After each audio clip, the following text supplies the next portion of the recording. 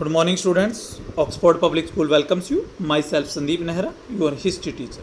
We are studying about chapter 13, Mahatma Gandhi and the national movement. यानी इसमें हम महात्मा गांधी और उसके द्वारा जो नेशनल मूवमेंट किए गए थे उनके बारे में पढ़ेंगे. तो मेनली इसमें सिविल डिसओबीडियंस एंड आफ्टर, यानी जो सविनय अवज्ञा आंदोलन था और उसके बाद क्या क्या है जिक्र ज़्यादा किया गया है. तो इस चैप्टर की सबसे पहले इस चैप्टर की इंट्रोडक्शन के बारे में बताते हैं कि इस चैप्टर में क्या क्या दिया गया है और हम किसके बारे में पढ़ेंगे. फर्स्ट है ए लीडर अनाउंसिंग हिमसेल्फ. आपके एनसीईआरटी के अकॉर्डिंग क्या है, सबसे पहले क्या है उनके लाइफस्टाइल के बारे में, कैसे वो क्या है एक सिंपल पर्सन से क्या है लीडर बने उसके बारे में बता रखा है. और 19 अगर हम 16 तक की बात करें तो इंडिया की पॉलिटिक्स में महात्मा गांधी का नाम कोई ज़्यादा नहीं है. तो 1916 तक उन्होंने क्या क्या किया उसके बारे में बता रखा है. जो स्वदेशी आंदोलन चलाए थे या जो साउथ अफ्रीका में उन्होंने काम किया था कुछ उसके बारे में आपको पढ़ने को मिलेगा. इसमें यह भी कहा गया है कि जो नेशनलिज्म है यानी कि राष्ट्रवाद है वो ज़्यादातर कोई भी कंट्री हो, किसी कंट्री का अगर नेशनल की बात करें या वहाँ पर राष्ट्र निर्माण की बात करें तो वो एक या दो व्यक्तियों को ज़्यादा है. वैसे कंट्रीब्यूशन सभी का होता है लेकिन मेन जाता है, जैसे कि इटली के अंदर क्या है गैरीबाल्डी का जाता है. अगर हम क्या है अमेरिका की बात करें कि अमेरिका में जो वार हुआ था इंडिपेंडेंस वार उसका जॉर्ज वाशिंगटन को जाता है. वियतनाम की अगर बात करें तो वो हो सिचिन को जाता है. तो इसी तरह अगर हम इंडिया की बात करें तो ये कहते हैं कि इंडिया को जो फ्रीडम दिलाने की बात आई थी तो उसमें महात्मा गांधी का मेन रोल था, काफ़ी अच्छा रोल था.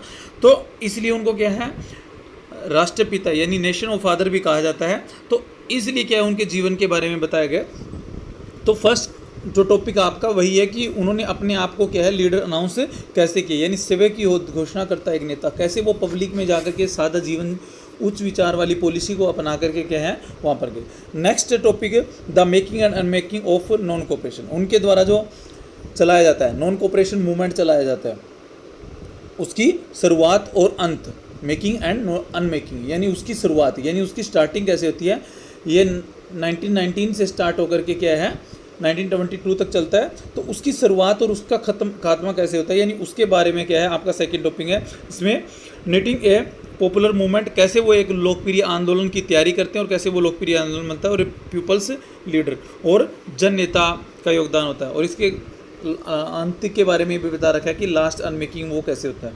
नेक्स्ट है द साल्ट सत्याग्रह. आपने सभी ने भी सुना होगा साल्ट सत्याग्रह, नमक तोड़ो कानून भी जिसको बोल देते हो. एक स्टडी यानी उसके ऊपर क्या है एक मतलब केस स्टडी की तरह, यानी क्या कहने का मतलब है कि साल्ट मूवमेंट के बारे में या साल्ट सत्याग्रह के बारे में क्या है इसमें बताया गया. तो उसमें क्या है मेन जो दो ही टॉपिक है. पहले स्टार्टिंग यानी उसकी स्टार्टिंग दांडी से होती है. इसको दांडी मार्च के नाम से भी इसीलिए बोला जाता है कि दांडी मार्च की स्टार्टिंग करते हैं, वो पैदल यात्रा चलते हैं काफ़ी लंबी. तो दांडी से क्या है उसकी शुरुआत हुई यानी दांडी के बारे में बताया गया. फिर डायलॉग्स यानी कि उसके संवाद क्या क्या होते हैं यानी डायलॉग्स क्या क्या मतलब उनसे रिलेटेड है और कैसे मतलब वो कहते हैं कि जो साल्ट है वो एक क्या है बेसिक नीड्स है किसकी कॉमन पीपल्स की, चाहे कोई रिच हो या पुअर हो सबके घरों में क्या है साल्ट का यूज़ होता है, नमक का यूज़ होता है. तो इसलिए क्या है उसके बारे में क्या है डायलॉग्स वगैरह दिए गए हैं. नेक्स्ट है क्विट इंडिया यानी भारत छोड़ो, जो 1942 के अंदर हुआ था भारत छोड़ो आंदोलन. क्योंकि अंग्रेज़ों ने क्या कहा था, अंग्रेज़ों ने जो सेकेंड वर्ल्ड वार चल रहा था तो उसके अंदर बात हुई थी कि 1939 में स्टार्ट होता है. तो उसमें ये बात हुई थी कि इंडियंस अगर क्या है ब्रिटिशियर की हेल्प करते हैं तो उनको क्या है जैसे ही ये वार ख़त्म होगा उनको स्वतंत्र कर दिया जाएगा यानी उनको इंडिपेंडेंस दे दी जाएगी. लेकिन 42 तक ऐसा बिल्कुल भी नहीं होता. और जबकि महात्मा गांधी या पंडित जवाहरलाल नेहरू है ये क्या है इंडियंस जो मिलिट्री वगैरह है उसको बोलते भी हैं कि वो क्या है ब्रिटिशर की हेल्प करें, जबकि सुभाष चंद्र बोस वगैरह वो अपनी मिलिट्री बना करके क्या है इनके अगेंस्ट यानी जो जापान जर्मनी है उनके फेवर में जाते हैं. नेक्स्ट है द लास्ट हीरोइक डे. तो उसके बाद है यानी क्विट इंडिया है, भारत छोड़ो मूवमेंट चलता है और उसके चलने के बाद मतलब इंडिपेंडेंस तो नहीं मिलती लेकिन काफ़ी समय तक. लेकिन उसके साथ ही उस समय क्या है हिंदू और मुस्लिम डिवीज़न क्या हो जाती है स्टार्ट हो जाती है, ज़्यादा सिरे पर चल रही. स्टार्टिंग है 1906 से ही हो जाती है. जब मुस्लिम लीग बनती है तभी से क्या है हिंदू मुस्लिम के बीच में क्या है फूट पड़ना स्टार्ट हो जाता है. तो नेक्स्ट है the last heroic day. Last heroic day देखिए कि क्विट मूवमेंट जो इन्होंने या क्विट इंडिया का जो मूवमेंट था उसके बाद क्या है, जो सिचुएशन आती है उन दिनों को कैसे हैंडल करते हैं। जैसे कि मोहम्मद अली जिन्ना थे, जो बार बार क्या है इनकी डिमांड उठा रहे थे, पाकिस्तान की डिमांड उठा रहे थे, जबकि क्या है महात्मा गांधी उसके लिए मना कर रहे थे। हिंदू मुस्लिम दंगे लगातार स्टार्ट हो रहे थे। कोलकाता के अंदर क्या है प्रत्यक्ष कार्यवाही दिवस बनाता है, जिसमें काफ़ी सारे मुसलमान क्या हैं मारे जाते हैं। तो इस तरह से क्या है उन हीरोइक डे को वो कैसे मतलब हैंडल करते हैं उसके बारे में बताया गया है। और फ्रीडम तक, यानी क्विट इंडिया मूवमेंट से लेकर के, आपका कहने का मतलब कि 43 से लेकर के 1943 से लेकर के 1947 तक उसमें क्या सिचुएशन है। कैबिनेट मिशन भी आता है इंडिया के अंदर 46 में, जिसमें के अंदर क्या है इलेक्शन भी करवाए जाते हैं हमारी कॉन्स्टिट्यूशनल असेंबली बनाने के लिए। लेकिन वो इस जो इलेक्शन होते हैं वो किसके आधार पर, रिलीजियस के अकॉर्डिंग होते हैं, यानी डिवाइड होते हैं। उसके लिए जो असेंबलीज बनती है उसमें मुस्लिम को वोट देगा, हिंदी को। तो मतलब एक तरह की ब्रिटिशर के द्वारा इंडिया को डिवाइड कर दिया जाता है रिलीजियस के अकॉर्डिंग। लेकिन महात्मा गांधी ऐसा नहीं चाहते थे। तो उन डेज के अंदर, यानी इस टॉपिक के अंदर, 5th टॉपिक के अंदर उन्हीं डेज के बारे में बताया गया है जो 43 से लेकर के 1947 तक है। और उसके बाद गया है एक, यानी नथुराम गोडसे के द्वारा उनकी हत्या कर दी जाती है, यानी उनको गोली मार दी जाती है। यहाँ तक बताया गया। नेक्स्ट है 6th टॉपिक आपका नोविंग इंडिया, यानी गांधी को समझना। यानी उसके बारे में गांधी उसकी डेथ के बाद के विचार भी दे रखे हैं, यानी उसके डेथ के दिन के भी हम ये कह सकते हैं। यानी 48 की सिचुएशन दे रखी है जब उनकी डेथ होती है। तो पहले public voice and private script, यानी कि जनता की आवाज़, यानी अपने आप को क्या है सार्वजनिक स्तर के ऊपर वो कैसे लेकर के आते हैं, यानी उनको श्रेष्ठतम कैसे माना जाता है महीनों के बाद भी, यानी इंडिपेंडेंस के बाद भी महात्मा गांधी जी का जो जीवन होता है वो श्रेष्ठतम क्षण माना जाता है, यानी सबसे ऊपर माना जाता है। क्योंकि अब भी जो कांग्रेस वगैरह है वो कोई काम कर रही थी, कोई डिसीजन ले रही थी, या इंडिया के अंदर कोई डिसीजन लिया जा रहा था, वो वैसे पॉलिटिक्स में नहीं आते हैं।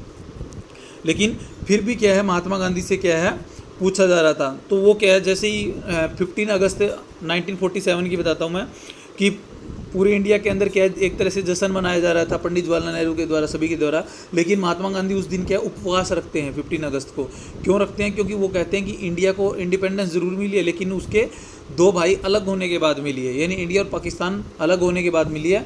और वो कहते हैं कि इस सिचुएशन में वो किसी भी मुस्लिम को इंडिया के अंदर, मेनली दिल्ली की अगर बात करें तो दिल्ली की नॉर्थ इंडिया का एरिया, दिल्ली और पंजाब के आसपास का एरिया है जहाँ पर क्या है काफ़ी डेथ हुई। तो वहाँ की अगर बात करें तो वो मुसलमानों को क्या है सांत्वना नहीं दे सकते, या ये नहीं कह सकते कि वो क्या है उनकी हिफाजत कर सकते हैं। तो इसलिए क्या है उनके जीवन के बारे में बताया गया है और प्राइवेट स्क्रिप्ट के बारे में बताया गया कि प्राइवेट स्क्रिप्ट जो होती थी वो उनके बारे में क्या लिख रही है। जैसे कि लास्ट में देखा है फ्रॉम न्यूज़पेपर, यानी न्यूज़पेपर वगैरह क्या है उनकी रिपोर्ट्स क्या बताती है, वो उनके बारे में क्या लिख रहे हैं। नेक्स्ट है फ्रेमिंग ए पिक्चर, यानी उनके जीवन की पिक्चर्स कैसे बनती है, यानी छवि कैसे गढ़ दी जाती है। पिक्चर का मतलब यहाँ छवि को है, उनकी छवि को गढ़ना। तो इसमें बताया जाता है कि मतलब महात्मा गांधी क्या है अपने पूरे लाइफ टाइम क्या है स्वतंत्र और अखंड भारत के लिए, मतलब ये कह सकते हैं कि ऐसे इंडिया के लिए जो क्या है बिल्कुल टूटा हुआ ना हो, इंटीग्रेटेड हुआ हो, मतलब कि जिसके अंदर मुस्लिम वगैरह के साथ हिंदू वगैरह सिख किसी के साथ कोई भेदभाव नहीं, सभी मिल करके उसके अंदर रहें, यानी इस तरह का इंडिया चाहते थे। लेकिन क्या है जब इंडिया को इंडिपेंडेंस मिलती है तो इंडिया क्या है टुकड़ों में बढ़ जाता है। तो गांधी जी की मृत्यु के बाद क्या है चारों ओर मतलब एक तरह से शोक की लहर भी है, उसको क्या है श्रद्धांजलि दी जा रही है। तो इसमें क्या है सिर्फ इंडियंस ही नहीं, मतलब जो ब्रिटिशियर ऑफिसर थे वो भी क्या है उनको सांत्वना दे रहे हैं, यानी उसकी मृत्यु के लिए कुछ वर्ड्स कह रहे हैं कि वो काफ़ी अच्छे थे इस तरह से। तो काफ़ी लेखन और भाषण, यानी काफ़ी प्राइवेट स्क्रिप्ट भी आती है उनके बीच में, और उनकी एक पिक्चर्स की क्या जनता के सामने क्या है गढ़ दी जाती है। बहुत से मतलब लेटर्स वगैरह व्यक्तियों के द्वारा लिखे जाते हैं उनके जीवन के बारे में, कई इंडिविजुअल क्या है लेटर्स आते हैं। तो ये क्या होता है काफ़ी हद तक जनता के अंदर पब्लिश किए जाते हैं और उनकी एक इमेज बना दी जाती है उसी तरह से। नेक्स्ट है थ्रो पुलिसाइज, यानी कि जो पुलिस है उसकी नज़र क्या है उसके ऊपर कैसी थी, यानी उसकी रिपोर्टें। तो अगर हम क्या है कॉलोनीज टाइम की बात करें तो पुलिस की पाक्षिक रिपोर्टों जो थी वो ज़्यादातर किससे इफेक्टेड होती थी, अंग्रेज़ों से इफेक्टेड होती थी। तो उनकी जो रिपोर्टें थी उससे पहले वो अंग्रेज़ी थी, यानी जैसा अंग्रेज़ अधिकारी चाहते थे, यानी अगर कोई ब्रिटिश विरोधी घटना है तो उसके अंदर इंडियंस को दिखाना, अगर उनके फेवर में है तो उनको बढ़ा चढ़ा करके रिपोर्ट उनकी देना ब्रिटिशर की। तो ऐसी रिपोर्ट तैयार की जाती थी, क्योंकि पुलिस किनकी थी, ब्रिटिशर की थी। तो उनके बारे में बताया गया है, मतलब ऐसी किसी घटना को अगर हो जाती है, कोई ऐसी इवेंट हो जाती है जिसके अंदर क्या है कमी किसकी हो, ब्रिटिश ऑफिसर्स की हो, तो उस घटना को या तो दिखाया नहीं जाता था या उनको क्या है पब्लिक के सामने पब्लिश करने के लिए तैयार ही नहीं होते थे वो। तो इस तरह की सिचुएशन थी, उसको प्रतिबंधित किया गया है और 1947 तक क्या है यही घटना चलती है। न्यूज़पेपर की यही सिचुएशन थी, ये दो टॉपिक बताए गए हैं। तो न्यूज़पेपर भी क्या है उस समय तक क्या है किसके रिकॉर्ड थे, यानी आम न्यूज़पेपर की जगह गवर्नमेंट के रिकॉर्ड्स है उनकी भी बात कर सकते हैं।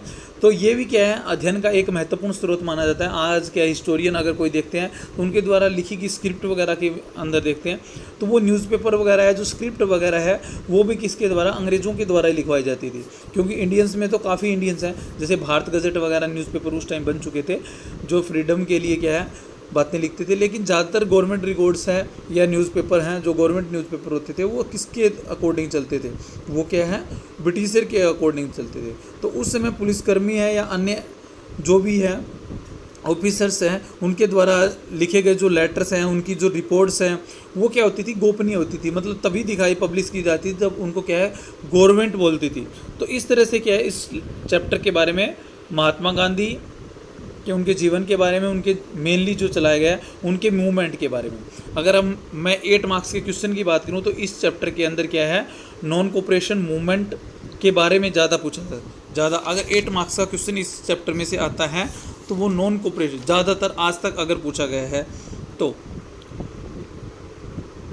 नहीं तो इस चैप्टर में से क्या है कॉम्प्रिहेंशन, जो आपके 6 मार्क्स के कॉम्प्रिहेंशन आते हैं, 3 कॉम्प्रिहेंशन आते हैं, तो इस चैप्टर में से 6 मार्क्स का कॉम्प्रिहेंशन प्लस 4 या 2 मार्क्स के क्वेश्चन ही पूछे जाते हैं। Okay, thank you.